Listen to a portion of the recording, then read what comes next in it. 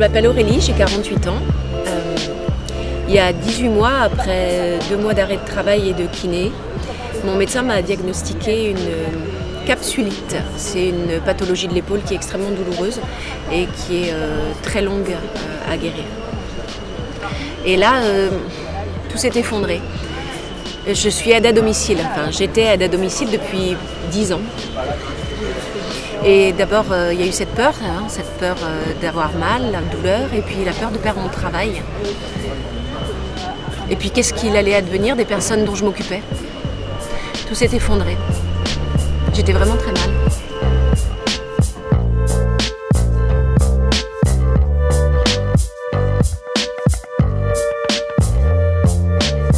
En tant que conseillère du service médical, j'ai pris en charge le dossier d'Aurélie, car il me semblait qu'au vu de la pathologie qu'elle avait, il allait être compliqué qu'elle continue d'exercer le métier qu'elle faisait auparavant. De ce fait, j'ai contacté Aurélie, nous nous sommes rencontrés et nous avons pu échanger toutes les deux sur différents points. Il était évident que son retour à l'emploi allait être compliqué pour le poste qu'elle occupait précédemment, étant donné qu'elle avait de la manutention. Nous avons convenu ensemble qu'il fallait penser à un futur retour à l'emploi. Et pour ce fait, j'ai proposé à Aurélie plusieurs conseils, de prendre rendez-vous avec son médecin du travail, ce qui est toujours très important pour un retour à l'emploi, voire également pour une réadaptation de poste de travail. Et je lui ai proposé également de rencontrer mes collègues du service social.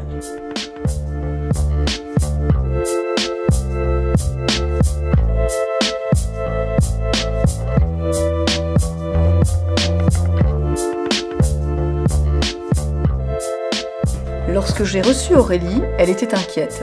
Lorsque je reçois des assurés comme elle, le premier rendez-vous est un temps particulier, durant lequel, en plus de la souffrance physique, vont s'exprimer tous les bouleversements liés à l'arrêt de travail. Les craintes de l'avenir, l'isolement, les démarches administratives.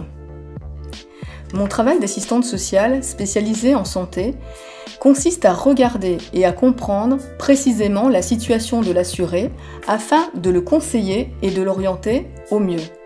Au fur et à mesure de l'entretien, une relation de confiance se crée qui va permettre d'aider la personne à se remobiliser.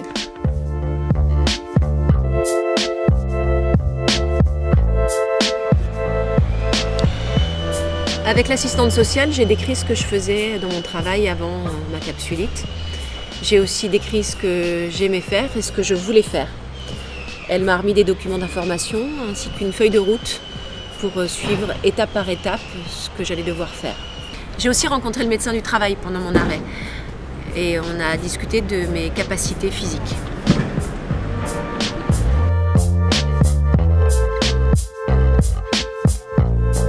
Comme convenu, quelques semaines plus tard, j'ai recontacté Aurélie pour savoir où elle en était dans ses démarches. Elle avait pris contact avec le médecin du travail et le médecin du travail avait pris contact avec le médecin conseil. Ils avaient convenu ensemble d'une réorientation professionnelle. J'ai pris contact avec mes collègues du service social afin de les informer de la prolongation de l'arrêt d'Aurélie, afin qu'elle puisse organiser la suite de son parcours.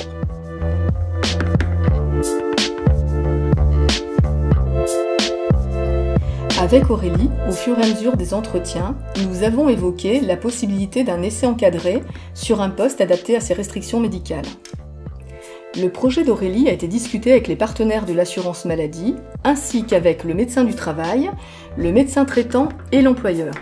Tout en étant en arrêt maladie et en conservant le paiement de ses indemnités journalières, Aurélie est repartie dans son entreprise pour tester ses capacités à occuper un poste de secrétaire d'accueil. Cet essai ayant été très concluant, Aurélie a eu un nouvel accord de la cellule partenariale pour suivre une formation qualifiante durant son arrêt maladie que le médecin conseil avait justifié. Elle a ensuite eu la chance de retravailler dans son entreprise sur un poste adapté de secrétaire d'accueil.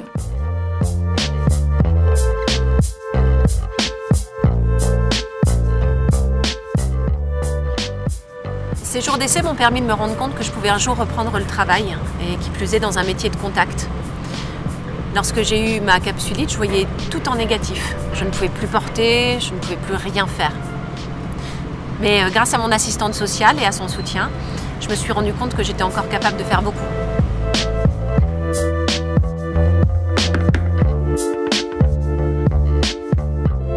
En complément de nos entretiens individuels, j'ai orienté Aurélie vers une action collective animée par des collègues. Lors de ces temps d'échange, elle a pris conscience qu'elle n'était pas seule à vivre cette situation. De plus, elle a pu rencontrer nos partenaires, notamment Cap Emploi, qui l'a conseillée, et elle a pu bénéficier du soutien de la GFIP pour faciliter son maintien dans l'emploi.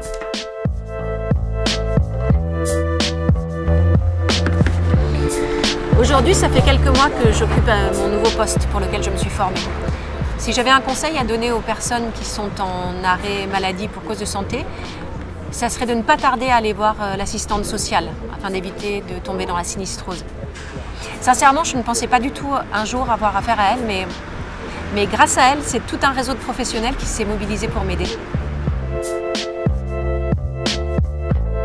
J'ai accompagné Aurélie durant 10 mois en accompagnement individuel. Les rencontres qu'elle a pu faire également avec les différents partenaires lui ont permis de comprendre qu'elle n'était pas seule et qu'elle pouvait trouver un travail adapté à ses restrictions médicales. L'important, quand on est en arrêt maladie, isolé du travail, des collègues, c'est de comprendre que l'on n'est pas seul.